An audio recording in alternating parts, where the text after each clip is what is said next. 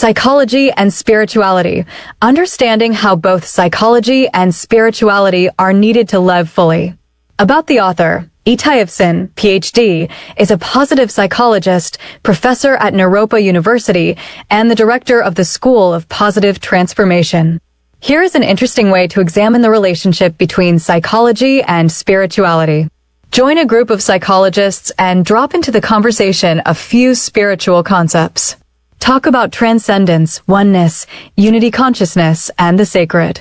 The contemptuous faces you then receive will directly correlate with the number of spiritual concepts you share.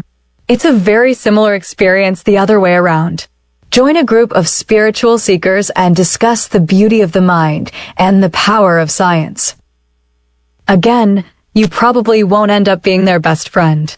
For the last 15 years, I have been a university professor of psychology, while simultaneously submerging myself in spirituality.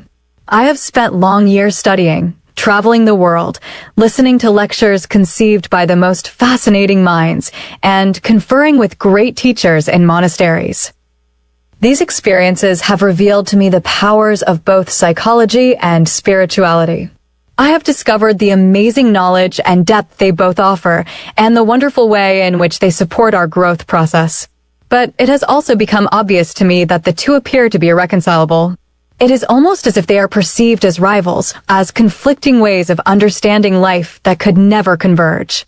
In the academic milieu, where I have been teaching and conducting research, spirituality is frequently frowned upon, perceived as esoteric and metaphysical, a sphere that could never be part of the scientific realm. At the same time, whenever I associate with spiritual groups, participate in satsangs, talks conducted by spiritual teachers with their disciples, or spend time in spiritual retreats, science and psychology seem to be out of place. I have often felt torn. Whatever group I have been part of lacks certain elements that are readily available in the other group. This feeling of something being missing is what spurred me to start my own work, my own personal journey, and merge the teachings of both the psychological and spiritual worlds. The results of this have been amazing. With time, I have felt increasingly liberated. I have become better acquainted with my authentic self and begun to understand my role in the play called life. So what insights have I gained regarding the relationship between psychology and spirituality? Psychology, as you might know, is the study of the mind or the soul. Significantly, in the West, psychology is only referred to as the study of the mind, whereas the soul part is completely ignored. Although psychology could potentially be the discipline that brings together the mind and the soul, the purely analytical approach adopted in the West has been unable to accommodate the soul. Psychology, therefore, deals with the mind, the way we think, consciously form concepts, understand the world around us, and make sense of it. Spirituality, on the other hand, can be defined in many different ways, and yet it is frequently regarded as a practical tool to achieve self-growth because it paves the way for transcendence. It helps us transcend the analytical functioning and cognitive processing of the mind and makes room for other experiences. Therefore, the heart and soul of spirituality is the experience of self-transcendence, in which you allow the experience of yourself to move beyond the personal self. I'm John Itai Michelle. Into an experience where the attachment to that personal self disappears. At that point, you become part of all that is around and within you. You are one with everything. You might have experienced such a spiritual moment, for instance, as you were standing at the top of a mountain when the sun was rising or setting, and for a few moments, which might have felt like a lifetime, you did not exist, and it was only a setting sun and the blowing wind that were there.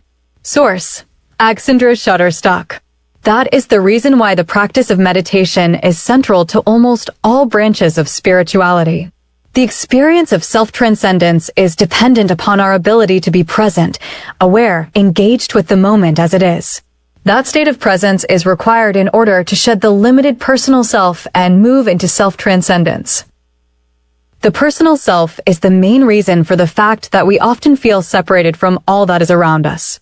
If I stand at the top of the mountain, watching the sun setting, without an experience of self-transcendence, this is due to my attachment to the idea of Itai, as something that is separate from the experience of the moment.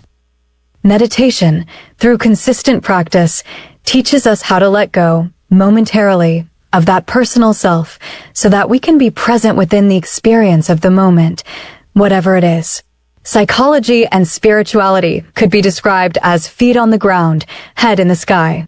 Psychology represents the grounding effect in which the mind is used for thinking, rationalizing, and understanding life. This is an essential part of our lives.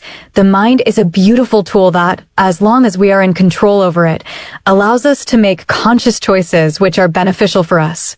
Spirituality transcends rational thought and allows us to shift into deep presence. As part of that experience, you won't engage with the moment while using the mind as an interpreter. Instead, you allow your awareness to embrace the moment as it is and simply be there, in the deliciousness of presence. I wholeheartedly believe that living a full life would mean embracing both these different aspects of life and maintaining a balance between them. Most people tend to search for one single unambiguous answer and dismiss all others. They either follow the mind-oriented psychological path or the spiritual, self-transcending one. By adhering to their one-sided views, both groups are restricting themselves. While being well-equipped to deal with certain situations, they are ill-equipped to deal with others. Rather than being contradictory, mind-based and presence-based experiences are in fact complementary to one another. They represent two aspects of the entity we call life. Certain moments in life require mind-oriented skills, while in others one must let go of the mind and simply be there. Doing and being. Having both options at one's disposal at any given moment offers greater flexibility and the ability to take appropriate action. This can happen only when both the psychological and the spiritual are alive within you. To realize in full the potential for growth in your life, you must be able to shift between the psychological and the spiritual poles in accordance with the situation and at your own choice. Dr. Itayevson is a positive psychologist, professor at Naropa University, and the director of the School of Positive Transformation. You can find his books and scientific work on his personal website, www.awarenessisfreedom.com, and his courses on his school's website, www.schoolofpositivetransformation.com. His most popular courses are the online meditation and mindfulness teacher training, which offers an in-depth training to become a formal teacher of meditation, and the Positive Psychology Practitioner Certificate, which certifies you as a positive psychology practitioner.